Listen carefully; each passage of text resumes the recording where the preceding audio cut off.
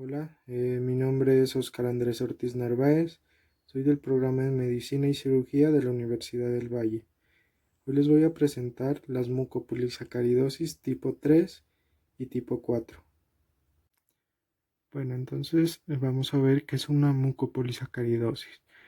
Una mucopolisacaridosis es una enfermedad rara, hereditaria, que también se denomina enfermedades de depósito lisosomal, ya que esta enfermedad lo que genera es que se acumulen los glucosaminoglicanos o también denominados mucopolisacáridos en las células. Entonces esto genera un daño en la estructura donde se encuentran. Entonces aquí tenemos los tipos de glucosaminoglucanos, que son el condritin sulfato, dermatansulfato, heparansulfato y queratan sulfato. Entonces estos son los que nos van a causar por su depósito en las células las mucopolisacaridosis. ¿Por qué se produce una mucopolisacaridosis? Estas mucopolisacaridosis se producen porque en la célula, precisamente en el lisosoma, se encuentran unas enzimas que son las encargadas de degradar a los GAG, glucosaminoglucanos, para que estos puedan ser eliminados fácilmente por las células. Entonces, al haber una falla en estas enzimas, como lo observamos en esta imagen, los GAP se empiezan a acumular en las células. ¿Por qué? Porque, la molécula está grande y la célula no la puede eliminar. Entonces, aquí miramos que esto sería la enzima que no presenta una falla y que no pudo degradarlas y hacerlas más pequeñas para que la célula las pueda eliminar. Acá arriba miramos una imagen de una célula normal, de un lisosoma normal, donde entra el GAG normalmente, la enzima está bien, empieza a degradarlo, a hacerlo más pequeño, y entonces, ya que están en moléculas más pequeñas, la célula ya la puede eliminar. Por esto ocurren las mucopolisacaridosis, por la acumulación de estos GAG, y empiezan a dañar los órganos o las partes donde se encuentran. Bueno, ¿cómo se heredan estas enfermedades? La mayoría de las mucopolisacaridosis tienen una herencia autosómica recesiva. ¿Qué estoy diciendo cuando digo autosómica recesiva? Cuando digo autosómico recesivo, estoy diciendo o me refiero a lo siguiente. El papá, que aquí lo vamos a tener, va a tener el gen mutado, pero él no va a tener ninguna característica, ningún rasgo fenotípico de esta enfermedad. O sea, él va a ser un portador de la enfermedad, mas no va a presentar ninguna característica de esta. Para que se produzca un caso, tengo que tener que la mamá también debe ser, o para que sea autosómico recesivo, que la mamá también tiene que tener el gen mutado, pero que tampoco presenta rasgos de esta enfermedad o fenotipo de esta enfermedad.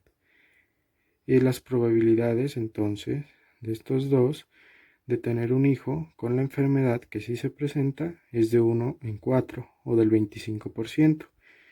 O sea que este hijo va a tener la enfermedad y va a expresar, o sea, tiene los dos genes mutados, el de la mamá y el del papá, y va a presentar las características de la enfermedad. El 50%, o sea, 2 de 4, van a ser también igual a sus padres, autosómicos recesivos, y van a ser portadores, o sea, de una herencia autosómica recesiva, y van a ser portadores, el 50%. El otro 25% va a ser sano, o sea que no va a presentar ninguna característica y tampoco va a ser portador del gen mutado. Aquí les presento una tabla en la cual muestro las clasificaciones de las mucopolisacaridosis y los tipos. Entonces aquí tengo el tipo 1, el tipo 2, tipo 3, tipo 4, tipo 6 y tipo 7. Las que me voy a centrar, entonces, como ya les he dicho, es la de tipo 3 y la de tipo 4. ¿Qué podemos ver en esta tabla también? En esta tabla podemos el gen, en el gen en el cual ocurre la mutación, en la enzima, la cual es afectada, y el GAG que se va a acumular en cada una de ellas. Bueno, ahora sí, ya que hemos visto un poco de qué es una mucopolisacaridosis, ahora vamos a ver la mucopolisacaridosis tipo 3 o síndrome de San Filipo.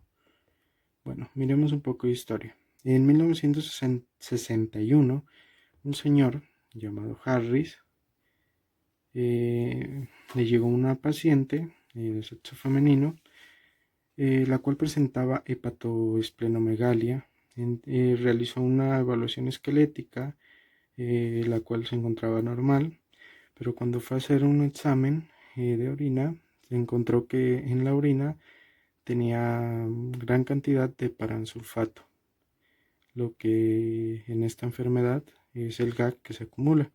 En 1962 y 1963, ya un año después, un año o dos, San Filipo y sus asociados o compañeros describieron a 8 niños, los cuales tenían retraso mental y mucopolisacariduria de heparansulfato, o sea, tenían mucho heparansulfato también en la orina, y entonces ya descubrieron que este era el síndrome, que era un síndrome, el cual lo llamaron síndrome de San Filipo.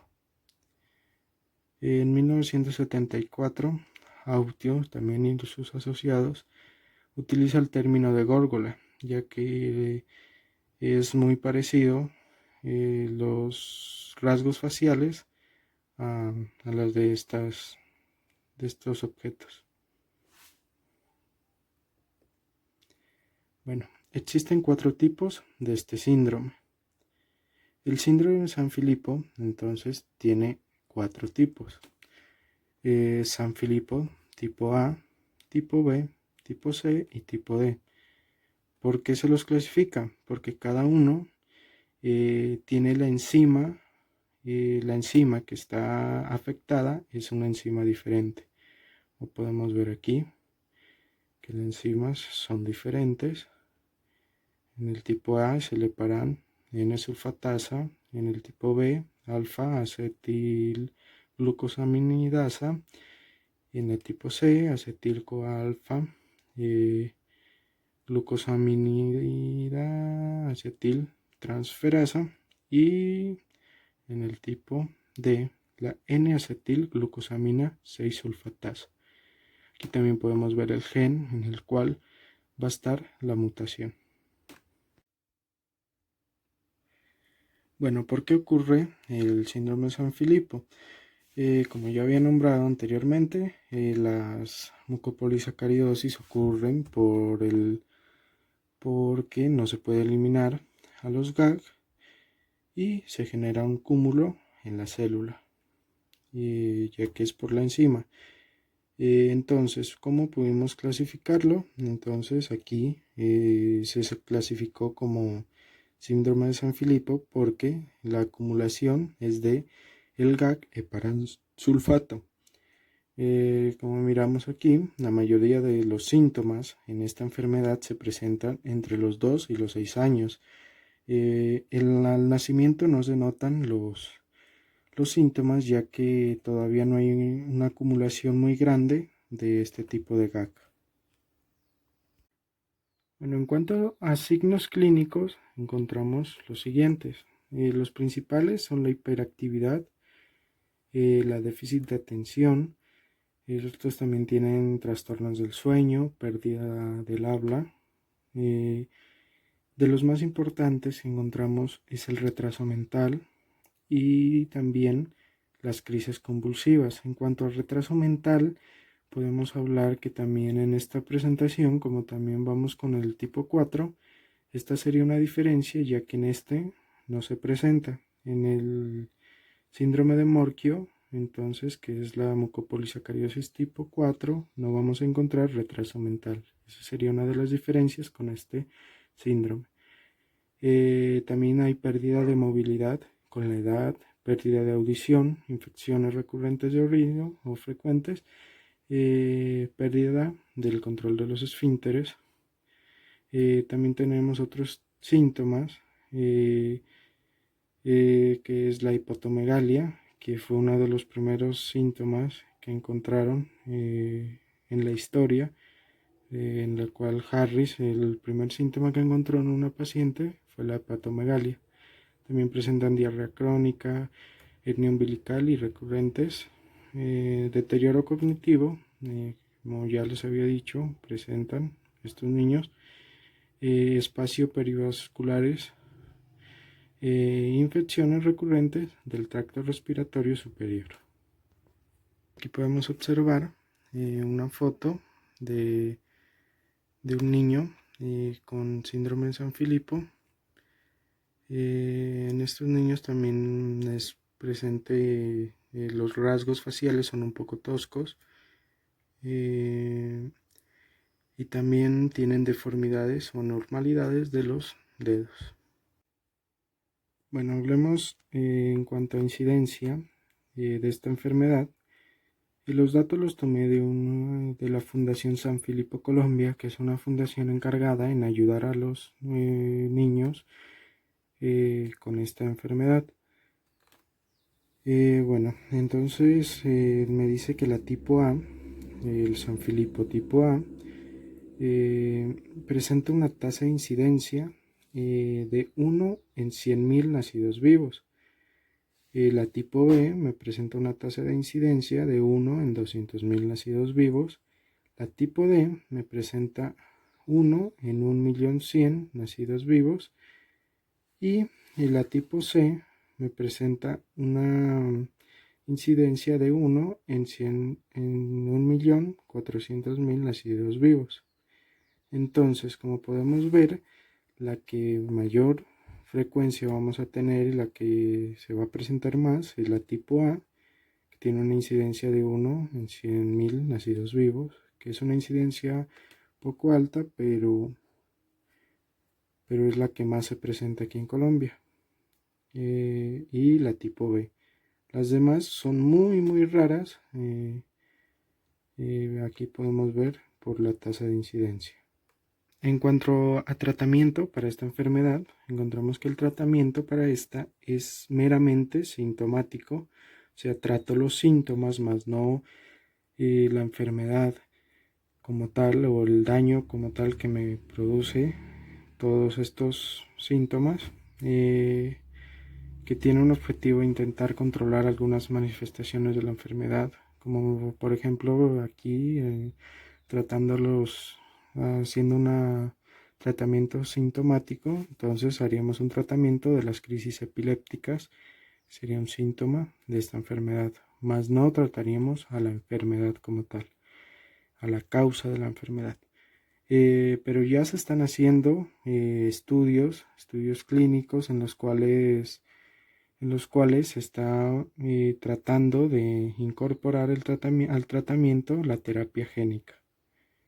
Como podemos ver, la terapia génica lo que me va a hacer es en el DNA de nuestro paciente, vamos a corregir ese daño, a esa mutación que tenga en el DNA, y después vamos a meterla otra vez el DNA al cuerpo del paciente, pero ya corregido.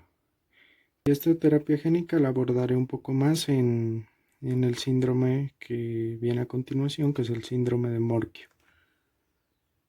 Vamos a hablar de la mucopolisacaridosis tipo 4 o síndrome de Morquio. Un poco de historia. Esta enfermedad fue descrita por el doctor pediatra Luis Morquio, uruguayo, quien en 1929 describió a 4 niños afectados que estaban afectados por la misma enfermedad. Todos tenían la misma enfermedad. En este mismo año, el doctor Frederick Braceford de Birmingham, Inglaterra, también lo describió, por lo que a veces a este síndrome también se lo denomina Morquio-Braceford. Ambos médicos reconocieron la presencia de opacidad o corneal, problemas en la válvula aórtica y excreciones de GAG, o sea, el queratán sulfato, que es el que se va a acumular en esta enfermedad. El síndrome de Morquio va a tener dos tipos, el tipo A y el tipo B. Los pacientes afectados por el tipo A carecen de la enzima N-acetil-galactosamina 6-sulfatasa. Los del tipo B van a estar afectados por la enzima beta-galactosidasa, va a estar deficiente. El gen en el cual ocurre en el tipo A es el GALS y en el tipo B es el GLBI. Estas enzimas que están afectadas son esenciales para la ruptura o la hidrólisis de los mucopolisacáridos llamados queratán sulfato y condroitin 6 sulfato, que van a ser los que se van a acumular en la célula. Bueno, en cuanto a la presentación clínica, como podemos ver aquí en la imagen, los pacientes afectados por la MPS tipo 4 son de estatura baja con un torso especialmente corto. Los niños crecen de forma normal al principio, pero su crecimiento comienza a retrasarse a partir de los 18 meses de edad. Existe gran afección en los huesos con deformidad de la columna vertebral, una cifosis, genuvalgo, como podemos ver en la imagen, y pies planos. La talla se ve cada vez más afectada y en el subtipo A es raro que los pacientes sobrepasen los 100 o 120 centímetros de altura en la edad adulta, ya que dejan de crecer a partir de los 8 años de edad.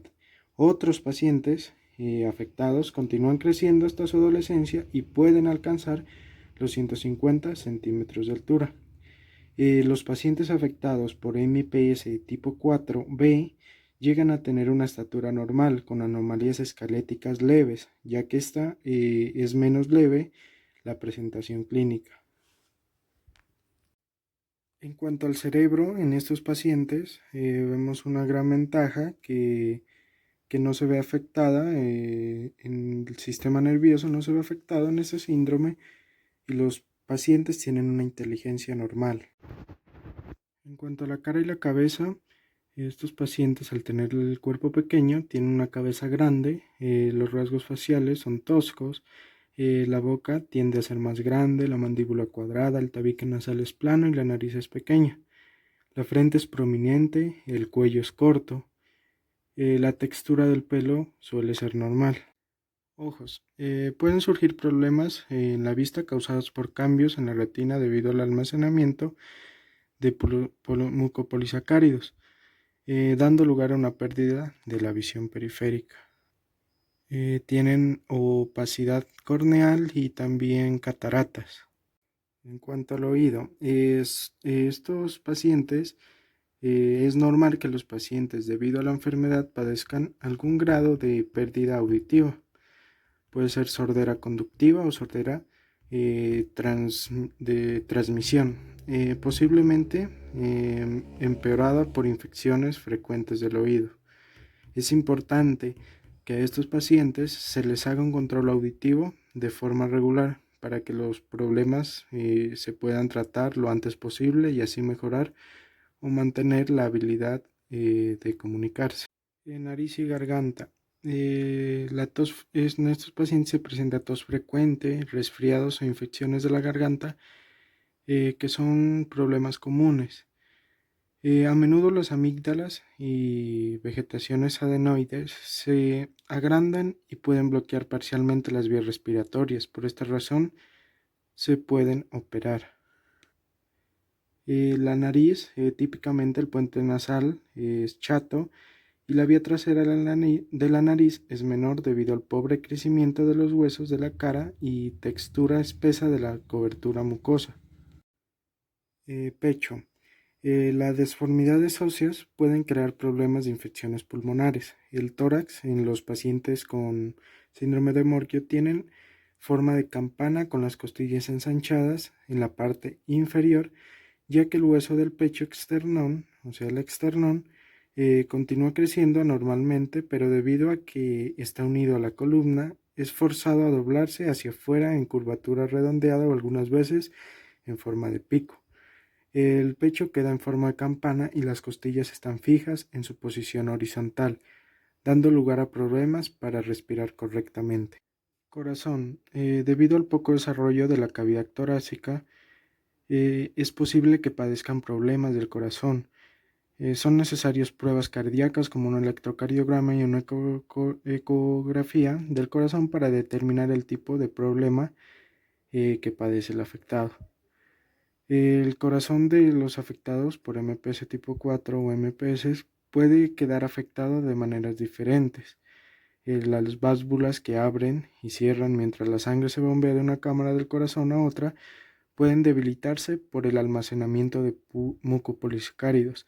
También pueden hacer cardiomiopatías por la acumulación de mucopolisacáridos. En cuanto al hígado, el vaso y el abdomen, en estos pacientes se encuentra hepatomegalia y esplenomegalia. El hígado grande normalmente no causa problemas ni lleva a una insuficiencia hepática. En algunos pacientes el abdomen sobresale debido a la posición, la debilidad de los músculos abdominales y por un hígado y vaso agrandados. Frecuentemente parte del contenido abdominal saldrá hacia afuera por un punto débil en la parte del abdomen. Esto se llamaría entonces una hernia. Miremos otras presentaciones clínicas, pero ya en unas imágenes radiológicas.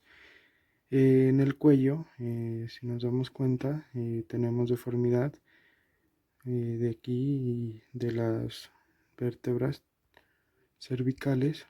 En estos pacientes, en los pacientes con síndrome de Morquio, la apófisis odontoides puede faltar o ser muy pequeña, hipoplásica, por lo cual la médula espinal está insuficientemente protegida y puede haber una compresión. Y esto puede llevar a una mielopatía cervical.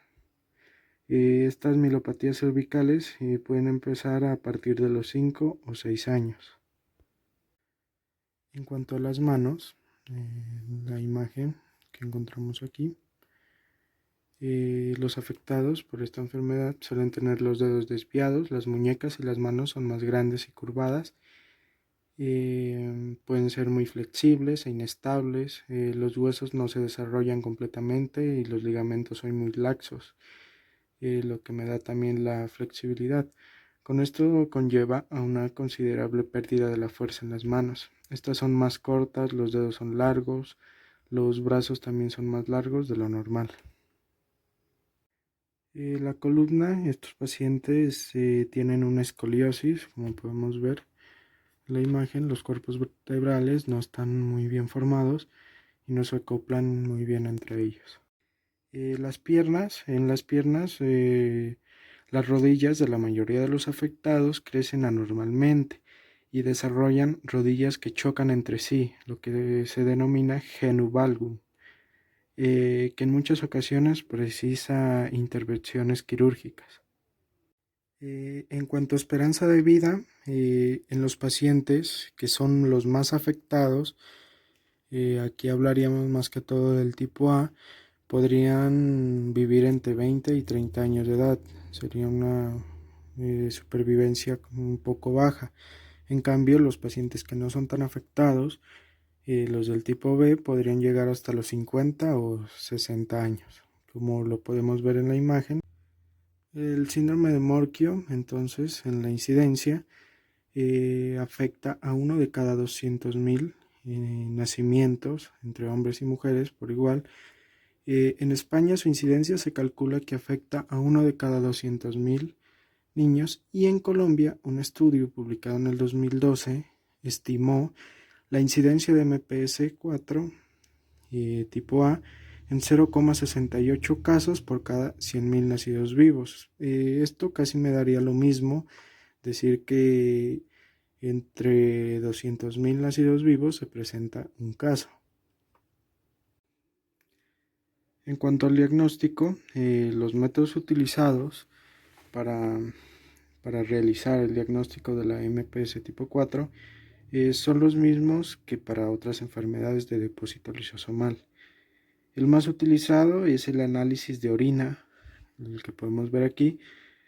Con este determinamos los niveles de GAG que presenta esta. En este caso, mediríamos los niveles de queratansulfato y esto me confirmaría un poco mis sospechas. Pero la confirmación exacta del síndrome se realiza midiendo la actividad enzimática de los leucocitos en la sangre o bien de los fibroblastos del cultivo de la piel de los pacientes. Aquí podemos ver los leucocitos y aquí los fibroblastos. Estos se tomarían desde la sangre y los fibroblastos de la piel. En cuanto a tratamiento, el trasplante de médula ósea que se suele utilizar en otras no ha sido efectivo con esta enfermedad. Entonces hasta ahora sigue sin ser recomendada el trasplante de médula ósea para esta enfermedad. El tratamiento utilizado es también el tratamiento de reemplazo enzimático, un tratamiento que se ha creado también un tipo que es la Vimizim, que contiene el sulfasa alfa, elaborado por la compañía Biomarin. Ya ha sido aprobado por la FDA en Estados Unidos y en Europa. Bueno, aquí vamos a hablar un poco de la terapia génica, que es utilizada, que ya es un poco más futurista, pero que ya se está realizando, que consiste en extraer células del paciente, las cuales obviamente van a tener el gen que va a estar dañado. Lo que vamos a hacer es tomar la célula del paciente, tomar el DNA, y ese gen se inserta, ese DNA se inserta en un virus. En este virus lo que se va a hacer es cambiar el gen dañado por un gen bueno. Entonces aquí se inserta un gen en el virus, pero este virus ya va a producir el gen, pero ya de forma buena, ya no va a estar dañado. El virus modificado se mezcla con las células del paciente. Entonces el paciente otra vez va a recibir estas células ya, pero con el DNA modificado, y ya va a tener las células que van a ser ya las buenas, o sea, van a seguir produciendo ya sin gen alterado. Esto pues funciona también y funciona bien en pacientes cuando todavía es el diagnóstico precoz. Voy a presentar un caso clínico de un paciente de 16 años de edad con el diagnóstico de mucopolisacaridosis tipo 4A, una breve revisión teórica y progresión crónica de esta enfermedad multisistémica. Presenta amplia sintomatología y hallazgos de laboratorio y anomalías radiológicas. El padre es un señor de 45 años, madre de 38 años. Como antecedentes familiares, tiene referidos la abuela materna fallecida, tenía características físicas similares, al igual que un hermano y una hermana. Dentro de los antecedentes ginecobstétricos, la madre refiere que ya ha gestado 6 partos en una misma gestación, todos nacieron vivos. El paciente, producto de la tercera gestación, a término, sin interrecurrencias, parto eutóxico, domiciliario, con presencia de llanto al nacer, sin necesidad de asistencia neonatal. O sea, el paciente nos nació normal. Aquí en este cuadro vamos a ver las manifestaciones clínicas que nos presenta. En cuanto al crecimiento, la altura va de 82 centímetros a 165 centímetros. Presenta nanismo de tronco corto. También presenta rasgos fisonómicos ligeramente groseros, prognatismo.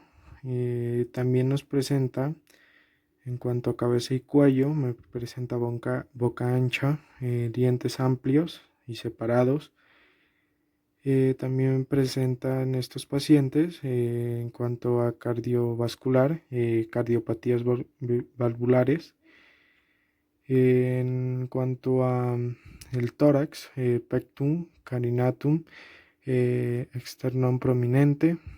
En el abdomen no vamos a tener, no nos presenta ninguna de las patologías, que sería hernia inguinal, no nos presenta. En el esqueleto sí nos presenta una platispondilia, también va a presentar una hipoplasia odontoidea. Esto podría ser lo que hablábamos, que podría dar una compresión de la médula espinal por la hipoplasia odontoidea. También tenemos que este paciente nos presenta una cifosis en la columna, cuerpos vertebrales ovoideos, hiperlordosis, escoliosis, o sea que la columna está muy afectada. En las piernas, en cuanto a las piernas, vamos a tener genu valgum, que es normal en nuestros pacientes, desviación cubital de la muñeca y deformación epifisiaria de huesos largos.